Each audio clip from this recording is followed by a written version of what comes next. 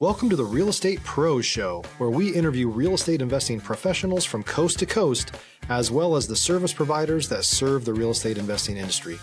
Our goal is simple: share what's working now to help you improve and scale your business to the next level and meet the pros that can help you get there. Real Estate Pros is powered by Investor Fuel, America's leader in helping real estate investors and professionals build the business you need to live the life you've always dreamed of. Let's start today's show. Property insurance for real estate investors doesn't have to be difficult, but it does need to be there to protect you when you need it. MyInvestorInsurance.com not only provides insurance at 15 to 30% cheaper than traditional agencies, it's built specifically for real estate investors like you. You can set up an account in about 2 minutes, get quotes on properties, turn on and turn off insurance for your fix and flip or rental properties in around 2 minutes without having to talk to anyone directly, all through our portal. There's no better way or faster way to make sure you've got the coverage you need to protect you, and no more lengthy policies either. Once you're set up, you're billed monthly and prorated by the day for however long your policy is active. It's powered by MSI, the third largest independent MGA, with 1.5 million customers and more than $1 billion in cumulative premiums written. Get set up today in about 2 minutes at myinvestorinsurance.com/fuel. All right, guys, welcome back to the show. I'm your host, Brett McCollum, and I'm here today with Tim Delaney. Today, we're going to be talking about entrepreneurship, maybe even serial entrepreneurship. But before we do, guys, at Investor Fuel, we help real estate investors, service providers, and real estate entrepreneurs to 2 to 5x their businesses to allow them to build the businesses they've always wanted and live the lives they've always dreamed of. Without further ado, Tim, how are you? Great, Brett. Thanks for having me. Man, I'm excited to be here with you. Great catching up with you, getting to know you before the show, and I think saying the word serial entrepreneurship may be an understatement for us. But what you've been able, like the stories that we've talked about before the show, I'm excited to get into and learn a lot more from. Before we do, though, can you do me a favor? Can you rewind a bit, go bring some context, some history? Who is Tim Delaney? Sure. I am a Buffalo, New York, born and raised native. Love my hometown. Love the Bills. Go Bills. I am Bills Mafia. Exactly. I am a business fan. People ask me what my hobbies are. I usually just say business. I don't know. I like working. Enjoy everything about it. I was raised by parents that owned a small business, so that might have something to do with it. I saw the struggles. I saw my father sell a business and then start another one and fail and partner up on another one. So I've seen it, lived it, and really enjoy all things business. Went to college to be a stockbroker. That changed my mind about halfway through college. That just sounded awful. I joined the Peace Corps shortly after college.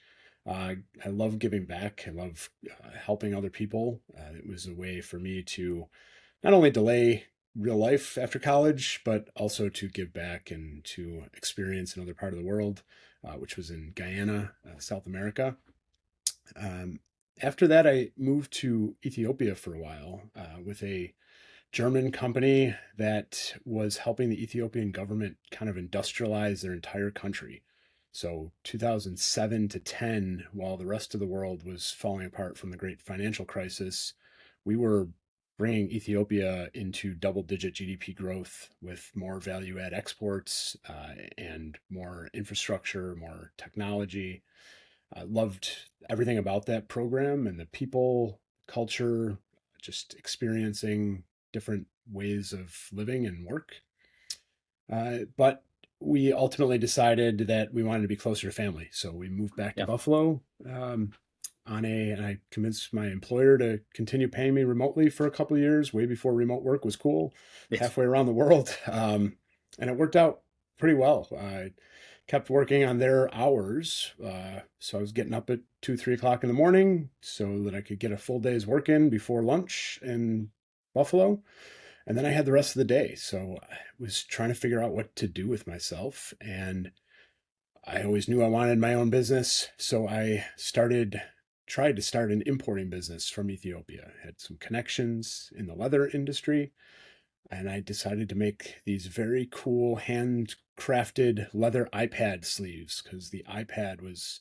Stop living on an island and join the #1 mastermind in America for professional real estate investors. Investor Fuel is a community of hundreds of the nation's top investors working together to build stronger businesses and better lives.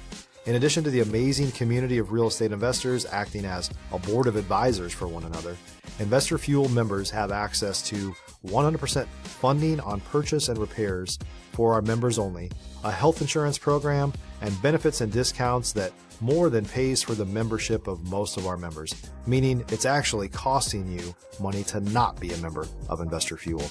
If you're looking to scale your business and build a business that allows you to live the life of your dreams, please visit investorfuel.com today and book a call with our team. All the rage, brand new hot commodity from Apple. Finally got my first order landed in the United States, and about a day later, Apple announced the iPad 2, which had completely different dimensions. Psych. Yeah. So realized pretty big lesson in business. Always go to where the puck's going. Don't go to where it is right now. It's just learn my lesson. But it's, spent a fair bit of capital on that. And then when I was trying to think of other startup ideas, other businesses to do, I was getting nervous about draining my capital and not knowing if it would pay off or not. And right about then, an opportunity to buy an existing business fell in my lap. It was a specialty retail store, sold like high-end cookware, imported foods from around the world. They roasted coffee, which was some of my background in Ethiopia. It was a cool connection. And it didn't work out for various reasons, but it opened my eyes to the concept of leverage and using the bank to buy an existing business that cash flowed already, that I could get a paycheck from day one, which, similar to real estate, when you buy some real estate, depending on how much cash you put in, you can cash flow decently from day one. But with a business, you can cash flow enough to get yourself a paycheck day one. Yeah. So it was a great way to replace your income. So then I went down a road of looking for businesses. I set up a little consultancy to help me with that. I was teaching older business owners how to use Facebook marketing at the time. Facebook, just Facebook in general. And then ads were starting to come out. So it was a great way to network and connect with business owners, get in front of people. Ended up buying a wine and liquor store, 2013. Spent a couple years really focused on that, and then 2018 I got the real estate bug. So it was something I always had an interest in from young. I remember when I was 15, 16, the Buffalo Sabres had built a new hockey arena downtown in a they call it the old cobblestone district. It was an old manufacturing warehousing area of the city that was just so run down, derelict buildings everywhere. And I remember walking to the game with my father and looking at these buildings and thinking, those would be awesome if I could buy those and fix them up and turn them into cool lofts and stuff. And but I always assumed you had to have massive amounts of money to do that, which for projects like that, I guess you do have to have some capital. It doesn't have to be yours, but you have to have capital. But I wasn't, didn't know anything about that back then. So didn't do it. Somebody did it. It's all done now. Those buildings are awesome. But 2018, I having lunch with my banker, and I said, you know what? I think I'm going to get into real estate. And he's like, oh, that's awesome. He's like, I buy houses on the side. He's like, here's what I do. I go find crappy houses in decent neighborhoods. It's like I get a private investor to lend me some money. I buy them. I fix them all up. I put some tenants in them, and then I go to the bank. He's like, I can't use my own bank, but I go to a different bank, and they give me a mortgage on it. And it's great. I get all my money back. Yeah. I was like, huh. It's all those ads you hear on late night TV and people talking seminars on the radio, of buy real estate with no and low money down. It's like that actually the thing. It actually is a thing. My banker's telling me it's a thing. I wouldn't have ever believed just some random guy on the internet or the radio, TV back then. But If you're looking for consistent, high-quality leads, look no further than Investor Machine. Investor Machine isn't just another agency. It's the most sophisticated, data-driven lead generation company on the planet for real estate investors, and serves the role of being not just a lead generator for your business, but a marketing partner that is helping you achieve your goals along the way. Go to investormachine.com to learn more and schedule a call with our team today.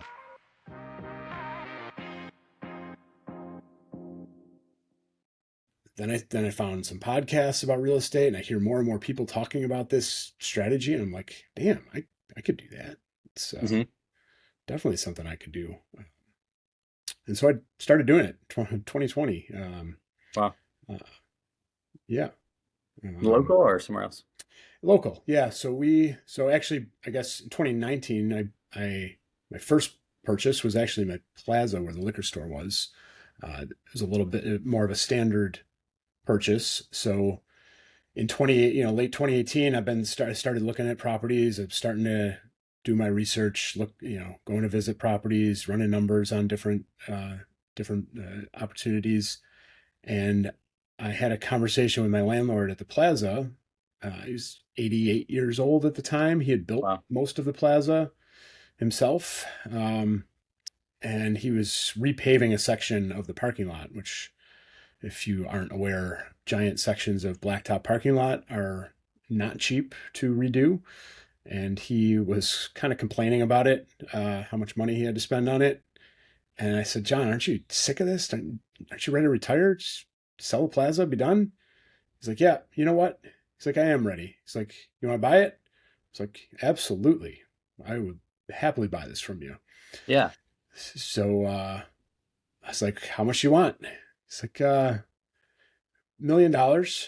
He's like, but I'll hold 90% of the loan. He's like, wow. You got to come up with 10%. So I tried to figure out how I was going to get $100,000 to buy the plaza. And luckily I had, I'd mentioned I'd started listening to some of these podcasts. And so some ideas had started popping in my head. I went to another private lender and asked them for the 10%. Because this wasn't a bank deal, I knew he wouldn't really question where I was getting the other 10% from. And as long as I made the numbers work for myself, it would be okay. So I got another lender to give me the 100,000 on a 30-year note, and he gave me the 900 on a 20-year note with a 5-year balloon. And I knew, because he came out with that round figure of $1 million, I knew it wasn't worth negotiating on that price point. Right. But I did push back on the interest rate that he was willing to do. I think we started at wanting around 6%. I got him down to 4% instead of the 6%. So, I think the lesson there is it's important to understand where your push points are when you're negotiating, when you're talking to somebody. It's, some people just have that psychological, that was a psychological number for him. That 7-figure exit was what he wanted. And I knew if I came back at 985, it would have been pointless. So, and it wouldn't have saved me a ton in the long run. But pushing back on the interest rate was a lever I could pull in that situation. Yeah. Man. Yeah. I don't know. And then I actually started getting into some of those BRRRR opportunities. The following year, 2020, I reconnected with a guy that I had done some business with in the past, a general contractor. The two of us had talked about real estate, and we said, you know what, let's go flip a house and see, you can do the work, I'll bring the money, and we'll figure it out from there. And so this is one of the things where, having the business already well established at that point for me, I was able to open up business lines of credit and had cash available to me from the bank. So we put a house under contract in February 2020. It's about $70,000 purchase price. It's a VA foreclosure, so we're buying it from the VA. $70,071. The house address was 71 I believe, if I'm remembering correctly. And we decided to throw that 71 on the purchase price on the offer because we knew since it was the government, they had to take the highest bid. If you're a new or newer real estate investor looking to launch or grow your real estate investing business, please check out Investor Fuel Club. It's a coaching community, but unlike anything you've ever seen before. And you can actually partner with members of our mastermind from coast to coast on deals right in your market. There's no better opportunity to build a consistent business than to literally partner with pros to help you avoid costly mistakes, avoid the need for capital to do deals, and help you eliminate your fears as you're starting your business. Learn more about Investor Fuel Club at investorfuel.com/club. And that was what won it for us, the extra $71. Bought the house. I used my line of credit, closed on it March 20th, 2020. It's an absolute chaotic time, COVID going on. My partner did all the work, 2 months, got it on the market, made about a $30,000 profit, and we were immediately hooked. Then we started talking about holding on to some as well. So we put a few more under contract that year, some doubles, some singles, fixed them up, rented them out, refinanced them, and just started going full bore on that. We're up to about 42 units right now of rentals and flip a couple a year. Wow. Dude, I'm going to take a big giant breath. Yeah, thanks. I knew that too. Man, Tim, this is incredible. I'm going to back up for us, okay? And obviously, we're going to get back into the real estate side of it. So we'll kind of go through this fairly quick. But I remember, even pre-show, you were talking about, stocks. This is where you were at that point in your life. It was in high school, you mentioned, is when you first kind of got the bug for it. Is that correct? That is correct. My grandmother lived with us briefly, recovering from a health issue, and she was a big stock person her whole life. Yeah. So she taught me how to read the Wall Street Journal stock pages, looking at the share prices at the end of every day. And it was intriguing to me, this store of value, or this way to make money off of other people operating businesses. And it's just, it was, and then I jumped onto AOL. The internet was coming out around then, and was able to track these prices in real time all of a sudden. It's like, move over, Grandma. That's what it was, right? AOL back in the day? Yep. I remember that. Yeah, I remember that, yeah. Got on, and in my mind, and I don't know if it was true or not, but in my mind, I was probably getting more real time stock prices than some old school stockbrokers were at that time. But still, relied on phone calls from people on the trade floor. So I felt like I was a little advanced, and I started dabbling, trading stocks, buying Microsoft. All in high school, even 1993 or something. Yeah, just it was fun. I probably treated it more like a game than I should have, but I understood. You were a kid, I understood. Man. You weren't even an adult yet, man. Yep. But I got a grasp of PE ratios and all these different things and dividends, and I was focused. Huge. Yeah, it was a great learning experience. Yeah, and then you go through college and you realized, working 80, 90 hours a week didn't sound super fun, huh? No, sure didn't. It's the idea of sitting at a desk for anywhere from 60 to 80 hours a week, because that's what you talk to these people that came out of college, especially right out of college. Oh yeah, no doubt. You're expected to live at the office. I was just like, what? That sounds like hell. Commuting in and out of Lower Manhattan, and just no, can't do it. Yeah.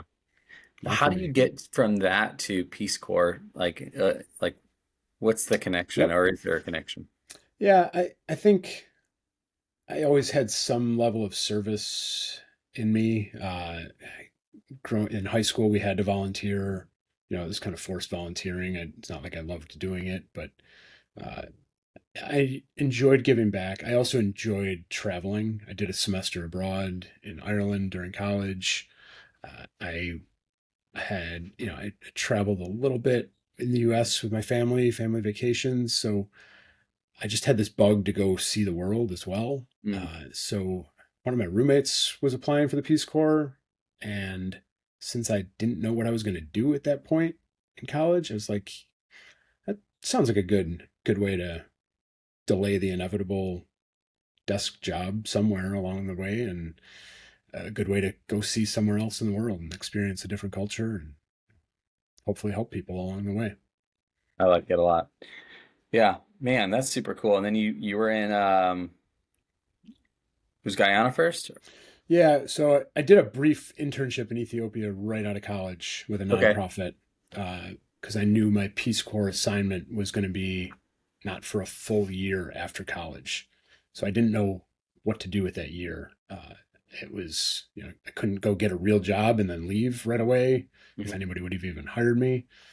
So I found an internship with a nonprofit that covered my living expenses and travel to and from Ethiopia for that. It was a 3 month thing, and then so I met some people there, including what would be my boss in the future when I went back after Peace Corps. Got it. Okay, that tracks. Yep. So, and not to skip through all that because Yep. it's incredibly fascinating. Um, I guess I'm trying. I always like to, today, like obviously you try. I don't think that bug ever goes away from us. I want to see the world. I want to do that. You had this opportunity to live in other cultures for multiple years, 7, 8 years, however long it was. Um, Now fast forward however many years later, do you ever still get the bug? Like, how does that feel like now? Like, does it ever go away? No, it never goes away. So we actually just got back from a family trip to Belize in Central America. Yeah. It's a fantastic place down there. My wife is from Guyana, so we go back down there Nice. every other year. So I one of my actually my longer term visions for myself, what I see myself doing in the future is setting up entrepreneurial type trainings slash investment pools for companies in countries like Guyana and Belize and possibly Ethiopia, just depending on if I want to still travel that far when I'm older. But one of the things we had done in Ethiopia when I was working for the development wing was we had a successful businessman from Germany come down. He gave a 4-day seminar to a bunch of aspiring entrepreneurs on business startups, how to create a business plan, all those types of things. And then he came back about a month later, and all of those people pitched him ideas, and he ended up investing in a couple of them. And Wow. so it's always been in the back of my head of something I would like to do at some point in my life, whether it's just me, myself, or more ideally, I'm kind of formulating this in my head for the future when my kids are a little bit older and won't care if I'm gone for as long, but bringing some fellow real estate investors and other business entrepreneurs to places with me to help with stuff like that, to help do trainings, help, and then ultimately invest in other companies that have room for growth, both within the country and to do business with other countries. So, uh, business, economic development, business development is the biggest driver um, of wealth, as from Yeah. investing in real estate to starting businesses to buying businesses. It's the best way to generate wealth, and economic activity can bring people out of poverty as well, No whether doubt. it's in the inner cities in the US or whether it's in the rural areas of the US or whether it's in other countries. And Yeah. I would love to do that both here and abroad in the future. Let me ask you this question because I love that, by the way. And we have a lot of similar, like, I think long-term vision is a big deal. Like, how do you see your real estate business portfolio, that thing like that, complementing you to be able to do that later? It gives me security. You know, I love the wine and liquor store. I love other businesses. I love trying my hand at other businesses. I will most likely buy another business. Uh, it is something I enjoy a lot, but there's a little bit more risk to businesses than to real estate, in my opinion. So I look at my real estate portfolio as a security blanket, uh, not something I'm making immense profit from right now, is in actual physical cash, but it is building me equity and providing minimal Right. cash flow right now, but Right. will provide much more in the future. So it's a, whereas other people look at their 401ks and IRAs and all of those accounts that I don't have as their security blanket, I look at my real estate portfolio as Yeah. a future security. Yeah. Having that as it's there so that you can do the things that you're passionate about Yeah. and the things that are creating. I mean, it's not, to be fair, it's not to say that our real estate businesses don't have impact on our communities, because I believe they do too. True.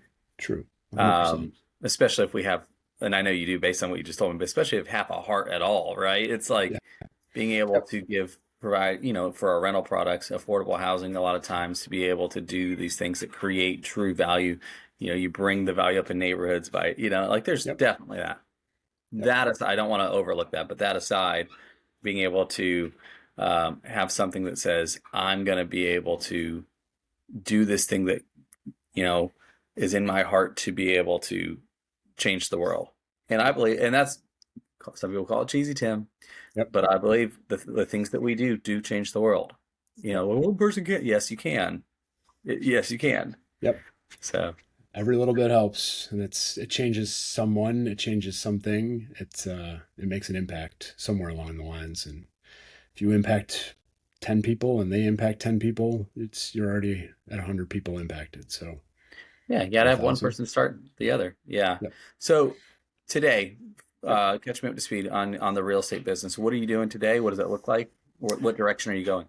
Yeah. So today, as everybody's probably aware, it's been a little bit more challenging over the last year. We we lost our shirt on a couple flips last year, pretty badly.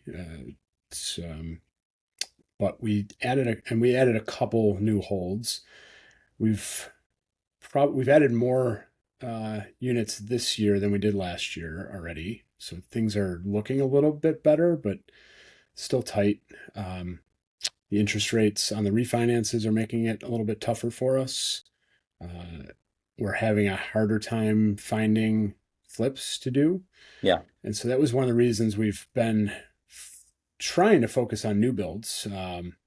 We did one last year. We did okay, but it's been tough to find good lots, good land that we can build on at a Right. price point where we feel like people will still buy them. Because we had a whole idea we were going to find infill lots in older neighborhoods with 1,000 square foot homes and try to pop some of those up at a affordable price.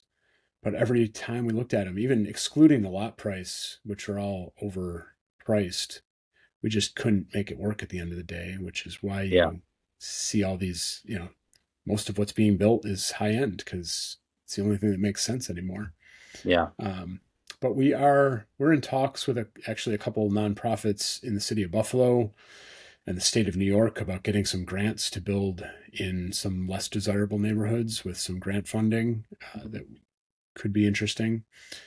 And we're just plugging away at some singles and doubles. We've got closing on a duplex. We call them doubles here in Buffalo. A couple weeks. We'll fix that one up and get it rented out.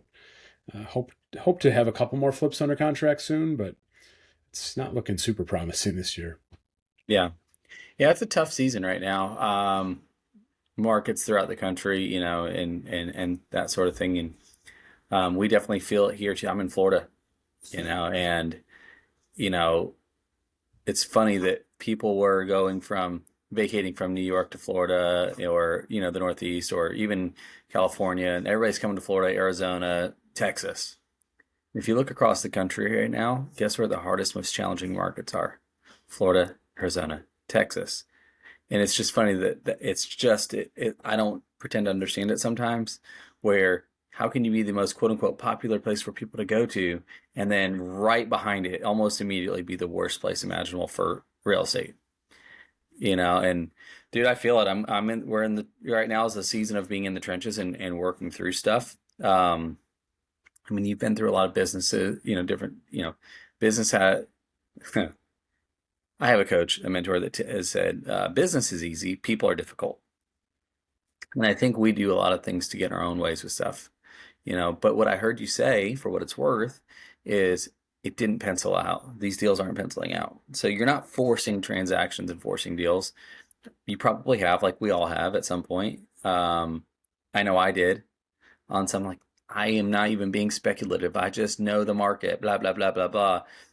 And in hindsight, I should have not pushed certain ones that lost in the end, and you learn the lessons sometimes in the difficult seasons so that, in the non-difficult, you can capitalize more. But, I like that you said security. It sounds like you're, from the rental stack, it's like, you know what?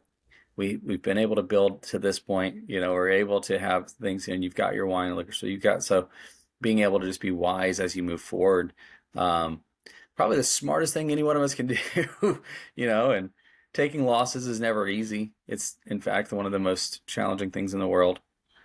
Yep. That's like I said, we lost. That's what we did last year, particularly on one house. We tried to force it. It was a double in one of the best zip codes in the whole Buffalo area. It was from a wholesaler, which we mostly buy our stuff on market. We buy a handful from wholesalers. Just partially trying to develop a relationship with this wholesaler because we wanted to get more from them. Partially, we just knew that this neighborhood was amazing. And we thought we would have a double exit strategy of either flipping it or holding on to it as a rental. And everything that could have possibly gone wrong with it. Yep. The rehab went wrong. We went way over budget. We had issues with the neighbors who didn't like us fixing up a derelict house in their neighborhood for some stupid reason. People always surprise you. Like I said, the business part was simple. It was dealing with the neighbors next door that typically how it goes. Drove us crazy. It's like, the value that your house is going to go up because there's not a house with a hole in the roof next door to you. Mm-hmm. But and then we couldn't get the sale. We were off on the ARV because the market turned a little bit, and then also we missed some things. There's no driveway, which we overlooked because we knew the street it was on, and we knew that parking was never an issue on this is in a little tucked away side street. But for buyers that were going to put down $500,000 for a new house, like, they weren't comfortable with that, and they didn't know it. So we lost big time for various reasons, and it was mostly I take a lot of responsibility. I forced it. I just pushed too hard and thought we could make it work one way or another, and we couldn't. That's how it gets. I mean, honestly, that's the nature of entrepreneurship. Sometimes is we do that, and and mistakes I've made in recent history. Do you want me to tell you? I'll tell you. I am surrounded by arguably the top 1% community in our industry. Ask me if I raised my hand and asked for help. I did not. Instead, dude, Tim, I've done this so many times over, hundreds of times we've done this. Why? I don't need to ask for help. This is a tough situation. The deals are tougher than they used to be, but I got it. And instead of asking, and in hindsight, like, had I done that, man, half the problems probably would have been mitigated, and certainly 99% of them wouldn't have taken as long as they did, and ultimately costing. I mean, you know the story. You played it out, like, it costs you everything sometimes, and I feel that. I resonate. That's a tough thing, and I know a lot of our audience can resonate with that as well. But the great thing is you're still on the other side of this camera with me. Yep. Still here. We're here. It didn't kill me, and so we just took our lessons and keep moving on. That's how we do it, man. That's all you can do, and it's, if you're in this business long enough, you're going to take some L's, and some of them are going to be worse than others. Try to do your best to make sure that you're not putting yourself in a position where that one L is going to wipe you out completely, because make sure you have a way to bounce back and get back on your feet. And and keep going forward. It's the way. That's it. Man, Tim, this has been really, really great. I do want to give people an opportunity to connect with you if they like. What's the best way for that to happen? Yeah, I'm actually been super active on Threads lately. Tim T. Delaney, Okay. Instagram, same handle. I post there occasionally. Just launched a YouTube channel, which is called Power of Biz, B-I-Z. I talk about all things buying a business. So it's related to real estate in some regards. Sure. Just did a big video on due diligence, which is important whether you're buying a business or buying real estate. But so I'd love to connect with people over there. I will have a podcast coming out in the future as well. But for now, YouTube or Instagram Threads is the best place to find me. Incredible. Yeah, we'll make sure we get that into the show notes for everybody to Tim. Guys, connect over there. I mean, the diversification that you have from a business background, and how you're able to look and see things and how you approach real estate. It's guys, reach out to Tim, connect with him in some way. And I think that's really powerful, man. So thanks so much for being here with us. I appreciate it. Thank you for having me. Really appreciate it. Yeah, of course. And guys, to you as well. I really appreciate your time taking and spending with us and listening. And we will see each of you on the next episode. Take care, everybody. Thanks for joining us for today's Real Estate Pros Show.